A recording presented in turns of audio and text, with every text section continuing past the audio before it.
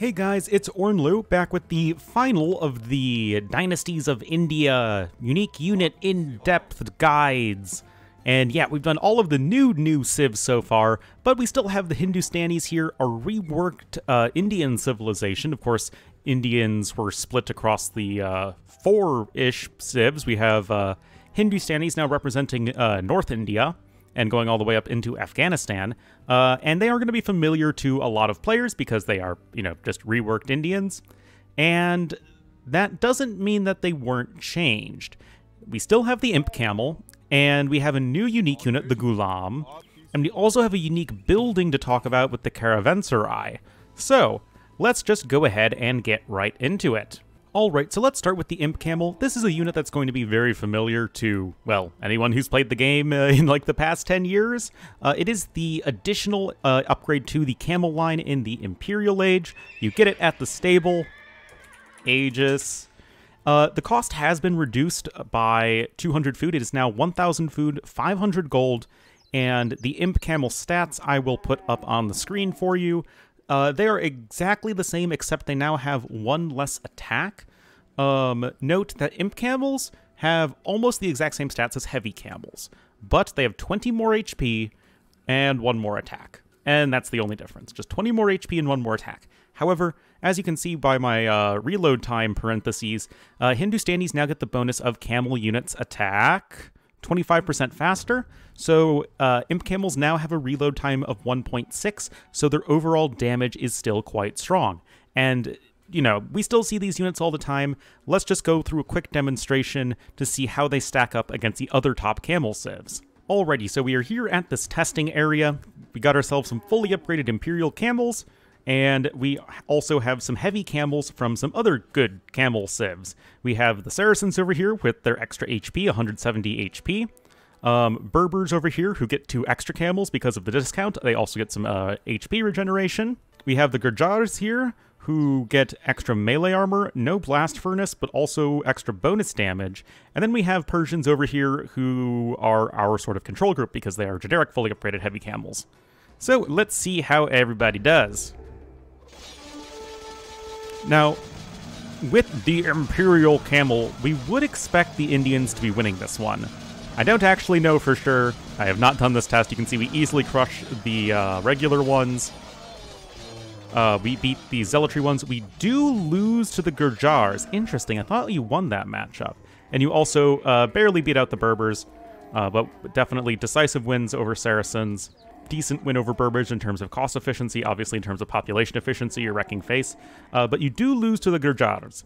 Interesting stuff. That extra melee armor and bonus damage is certainly coming into play here. However, notably, Imp Camels are going to be way better than the Gurjar Camels against things that are not cavalry.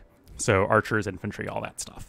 Alright, as we now have our grid and building range indicators on, we are going to be talking about the Caravanserai, the unique building of the Hindustanis.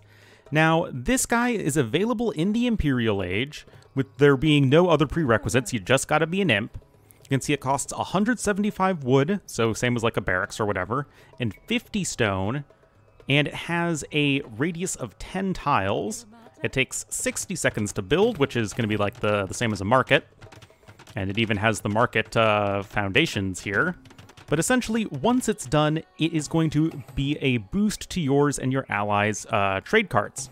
So I'll go ahead and put the stats up on the screen. Most of the building stats are pretty normal. The big thing is its effect within that 10-tile radius, which ends up being, 20 tiles across in a 20 by 20 square. That is a, fair amount of area. It is going to speed up your trade carts by 30%. Now, this is the one thing that I'm not 100% sure on, because I can't figure it out in the Genie editor and in my testing. I think it's 30%. Which is going to be not quite as much as Caravan boosts trade cart speed, which is 50%, but it is still a noticeable boost and means that your trade cart efficiency, if you've got all these guys perfectly lined up along your trade route, you're getting an effect that is more powerful than the Spanish team bonus, which is pretty sick, but obviously you have to be building these Caravanserais everywhere. Also, they are healing your trade carts, as I will show you. I've modified these trade cart and trade cog to have 500 HP. When I click on the building, they're going to go down to 1 HP. And you can see that the trade cart is being healed relatively quickly, 1 hit point per second. Now, that is reasonably fast. It's not as fast as a monk healing, which is 2.5 HP per second, but for instance, a berserk is only 0.33 HP per second, so this is essentially 3 times as fast as a berserk sort of naturally heals. And this, combined with the speed boost, means that you are outrunning almost every single land unit, if not every single land unit, with, you know, a Hindustani ally in the effect of the Caravanserai. And you're, you know, getting more HP, so you're moving faster than everything, and you're still healing HP, making your trade lines much more durable, as well as more efficient, you know, getting more gold income simply. Also, you can see that very sadly, this does not affect trade cogs in any way. Sad, sad times for the Berber trade cog. Cannot get any faster than it already is. Anyway, that's the Caravanserai. Not really a whole lot to say about the building. Essentially, there is that stone cost to them, but if you can spam them in your trade line in team games in the late game, it is going to be very helpful and just very useful. So go ahead and do that if you can afford it. It's something that I think is going to be well worth the investment. Obviously, don't make these in 1v1. There's literally no point to making them in 1v1.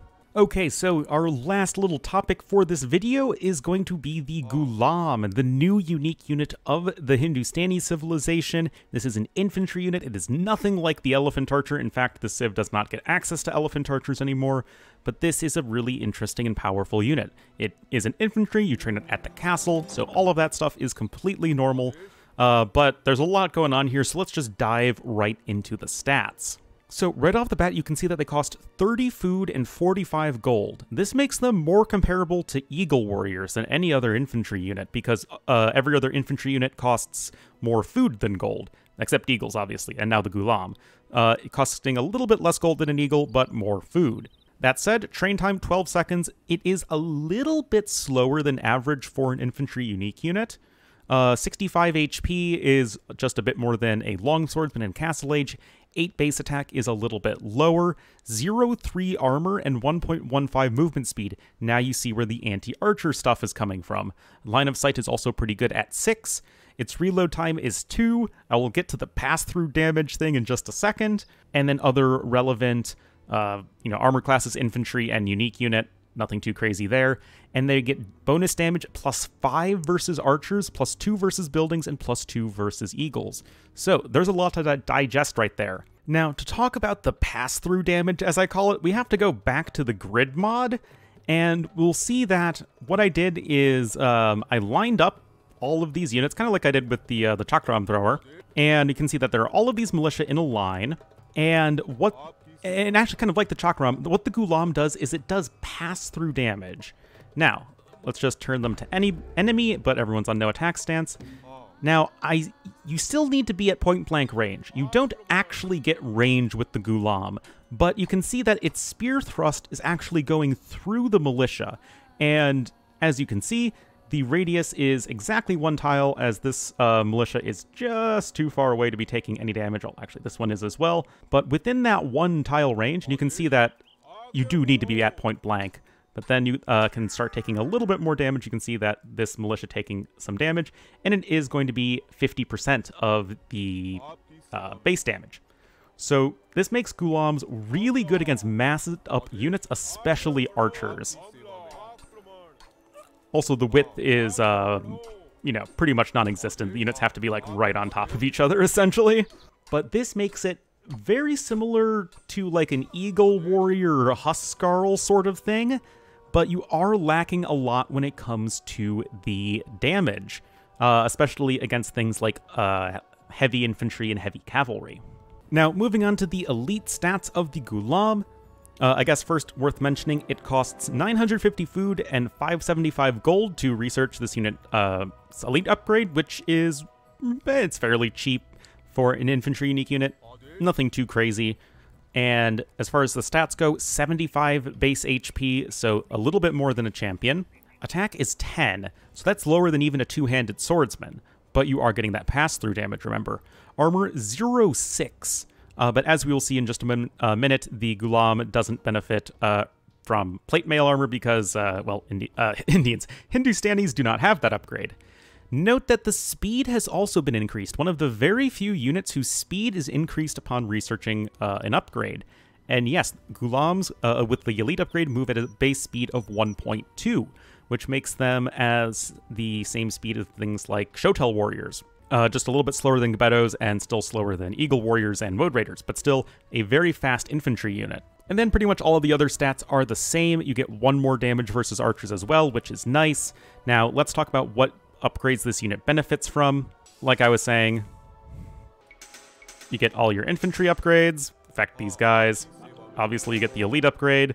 Neither of your unique techs apply here. You get conscription, of course, as well as faith, and then squires and arson. And then you have, Grot Blast Furnace. There we go. Now we have our fully upgraded elite Ghulams, and now let's go ahead and see how they perform in actual combat tests. Alright, so here we are back at our final testing arena. We've got our fully upgraded elite Ghulams, and now we have our champions as well. And you got 20v20. Note that the Ghulams are going to be much cheaper on the food cost, well, a little bit cheaper on the food cost, and a fair bit more expensive on the gold cost. So let's see how they do in a big clumped up battle like this one.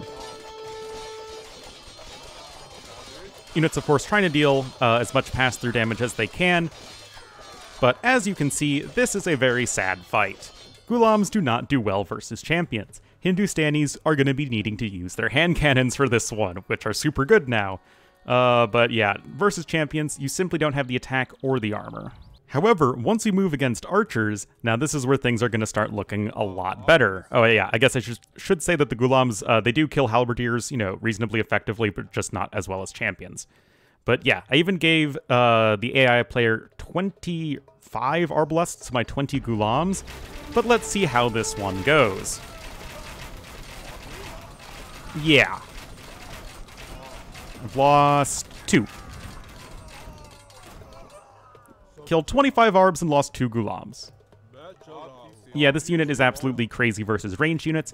Now, you could say that the AI isn't microing away like an actual player would, but then we have to also remember that in doing so, you're stacking up even more, so the Ghulams are doing more pass-through damage. So I'd say that kind of cancels the other one out. Alright, similar story. 20 heavy cav archers, fully upgraded with Saracens, are still 20 elite Ghulams.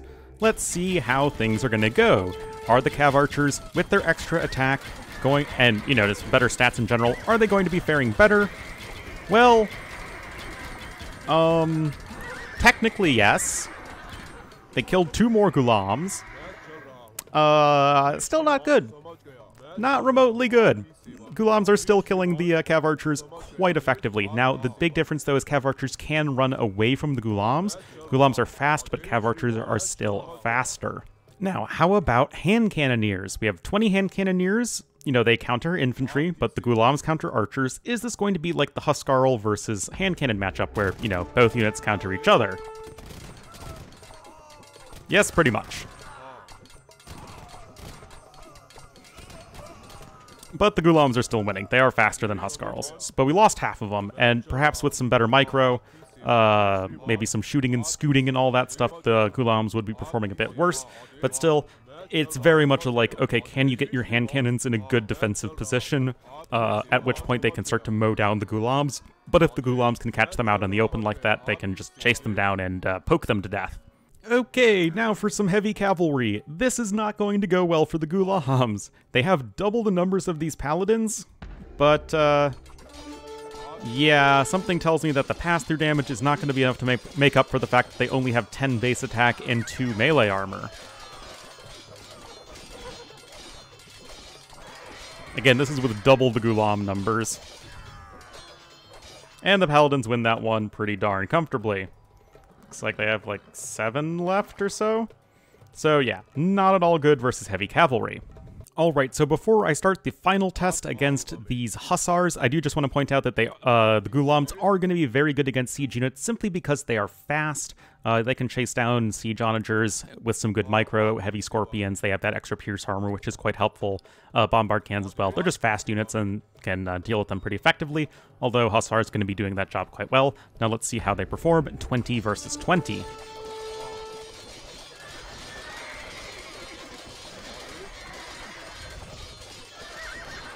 And remember, this is a gold-intensive unit versus a trash unit.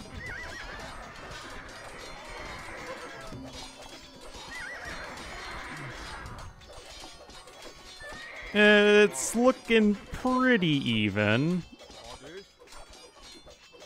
You can see that the Hussars barely win, but perhaps, you know, if I just run the fight several different times, the outcome would be a bit different.